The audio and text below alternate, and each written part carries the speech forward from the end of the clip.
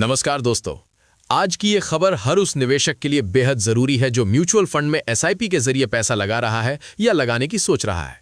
सवाल बड़ा है, सवाल गंभीर है और सवाल यह है कि एसआईपी को सबसे सुरक्षित और स्मार्ट निवेश माना जाता है, फिर भी लोग एसआईपी क्यों बंद कर रहे हैं?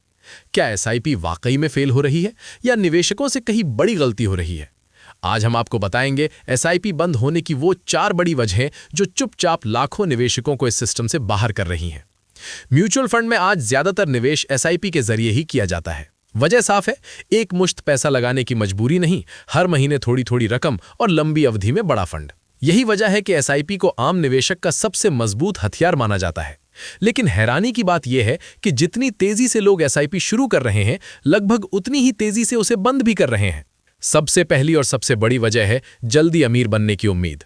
बहुत से निवेशक एसआईपी को शॉर्ट टर्म निवेश समझ लेते हैं।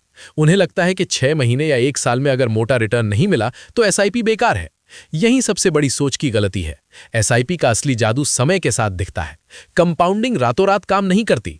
अगर मार्केट कुछ समय तक सुस्त रहा या फंड ने उम्मीद के मुताबिक रिटर्न नहीं दिया तो निवेशक घबरा जाते हैं और एसआईपी बंद कर देते हैं। जबकि सच्चाई यह है कि एसआईपी में धैर्य ही सबसे बड़ा रिटर्न देता है। दूसरी बड़ी वजह है बढ़ते खर्च और गलत प्लानिंग। बहुत से लोग एसआईपी की शुरुआत जोश में आकर कर देते हैं। सैलरी आई नहीं कि बड़ा अमाउंट एसआईपी में डाल दिया, लेकिन जैसे जैसे महीने बीतते हैं घर का खर्च, ईएमआई, बच्चों की पढ़ाई, मेडिकल खर्च और लाइफस्टाइल का दबाव बढ़ता जाता है। नतीजा ये होता है कि निवेश बोझ लगने लगता है और सबसे पहले एसआईपी कटती है। जबकि एक्सपर्ट्स साफ कहते हैं कि एसआईपी हमेशा इनकम के हिसाब से होनी चाहिए। 50-30-20 का नियम यही काम आता है। 50% जरूरी खर्चों के लिए, 30% शौक और लाइफस्टाइल के लिए और कम से कम 20% सेविंग और निवेश के लिए। अगर एसआईपी इसी फॉर्मूले से शुरू की जाए तो उसे बीच में बंद करने की नौबत ही नहीं आती। तीसरी वजह है बाजार में गिरावट और डर। जैसे ही शेयर बाजार में गिरावट आती है, निवेशकों के मन में डर बैठ जाता है। पोर्टफोलियो लाल दिखने लगता है और लोग सोचने लगते हैं कि कहीं सारा पैसा डूब न जाए। इसी डर में एसआईपी बंद कर दी जाती है, जबकि हकीकत इसके बिल्कुल उलट है। बाजार की गिरावट एसआईपी निवेशकों के लिए सबसे बड़ा मौका होती है। इसी समय कम पैसे में ज्यादा यूनिट मिलती हैं, जो आगे चलकर जब बाजार ऊपर जाता है तो बड़ा रिटर्न देती हैं। लेकिन डर जीत जाता है और लॉजिक हार जाता है। यही वजह है कि गिरावट के समय एसआईपी बंद करना निवेश की सबसे बड़ी भूल मानी जाती है। चौथी वजह है एसआईपी की अवधि पूरी हो जाना। बहुत से निवेशक एसआईपी को 3, 5 या 7 साल के लक्ष्य के साथ शुरू करते हैं, जैसे बच्चे की पढ़ाई, शादी या किसी बड़े खर्च के लिए। लक्ष्य पूरा हुआ और एसआईपी बंद, लेकिन यहीं पर सबसे बड़ा मौका छूट जाता है। क्योंकि निवेश की आदत बन चुकी होती है, कंपाउंडिंग की रफ्तार तेज हो चुकी होती है, लेकिन निवेशक इसे आगे बढ़ाने के बारे में सोचते ही नहीं। एसआईपी को खत्म करना आसान लगता है, दोबारा शुरू करने का मन कम ही करता है।